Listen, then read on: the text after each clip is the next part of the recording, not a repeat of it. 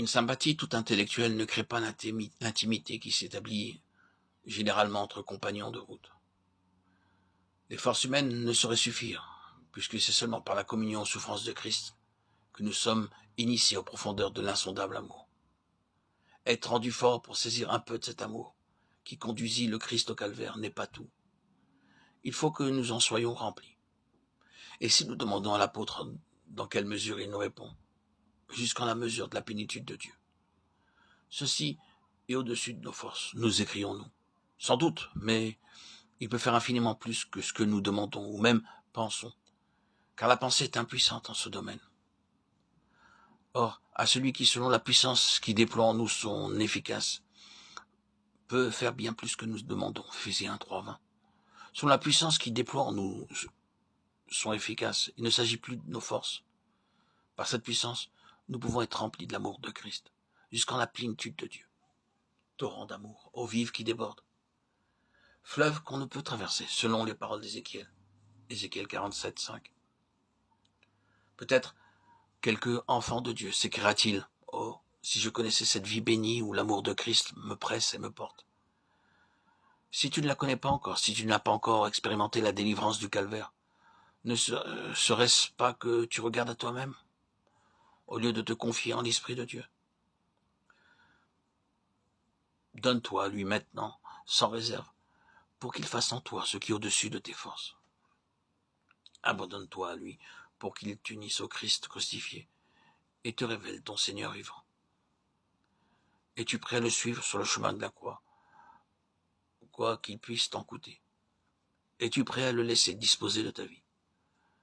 Veux-tu recevoir le message de la foi? Alors regardons à celui qui est mort. Crois la parole de Dieu. Crois que tu es mort avec Christ. Et la sagesse éternelle, le mystère des siècles te seront révélés par l'Esprit éternel. Mais qu'est-ce que l'onction de l'Esprit, demandes-tu peut-être? Si tu es entré au service du roi, le Saint-Esprit te révélera que non seulement le Christ demeure en toi, mais que tu es en lui, membre de son corps. Conduit par l'Esprit à la place qui est la tienne en son corps, l'huile sainte abondamment répandue sur le chef Christ se répandra aussi sur toi et t'oindra pour toute activité selon sa volonté. Si tu restes en Christ et dans sa volonté, lui-même t'emploiera puissamment. Mais souviens-toi qu'il y a diversité de dons, toutefois un seul esprit. Diversité d'activités, toutefois un seul Dieu, qui fait tout en tous. Tous travaillent, mais un même esprit opère avec efficacité, distribuant à chacun individuellement selon qu'il le veut. 1 Corinthiens 12:11. Le Fils de Dieu fut oint d'une huile de joie de préférence, assez semblable, parce qu'il a aimé la justice et haï l'iniquité. Hébreux 1:9. Cette haine du péché, cet amour de la justice, le Christ l'apporte avec soi dans le cœur, de sorte que nous n'aimons plus seulement en Dieu le Dieu d'amour, mais aussi celui qui est la sainteté absolue et redoutable. Tu ambitionneras que Dieu exerce sur toi sa sévérité pour t'amener à débarrasser ta vie de tout ce qui n'est pas selon lui. C'est avec joie que tu recevras le châtiment pour participer à sa sainteté. Ainsi, toujours plus intimement uni à ton Seigneur, tu auras part à l'onction de celui dont le sceptre est un sceptre de justice ou d'équité. Hébreux 1:8. Si tu as reçu en ton cœur le Saint-Esprit, suis-le pas à pas, avec le seul désir de faire sa volonté.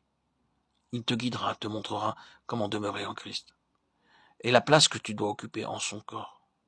Tu feras alors l'expérience que l'onction que tu as reçue de lui demeure en toi, qu'elle t'enseigne toutes choses, et qu'elle est la vérité. Tu sauras que tu demeures en lui, et tu expérimenteras à ton tour que son amour te porte et te conduit. 1 Jean 2:27.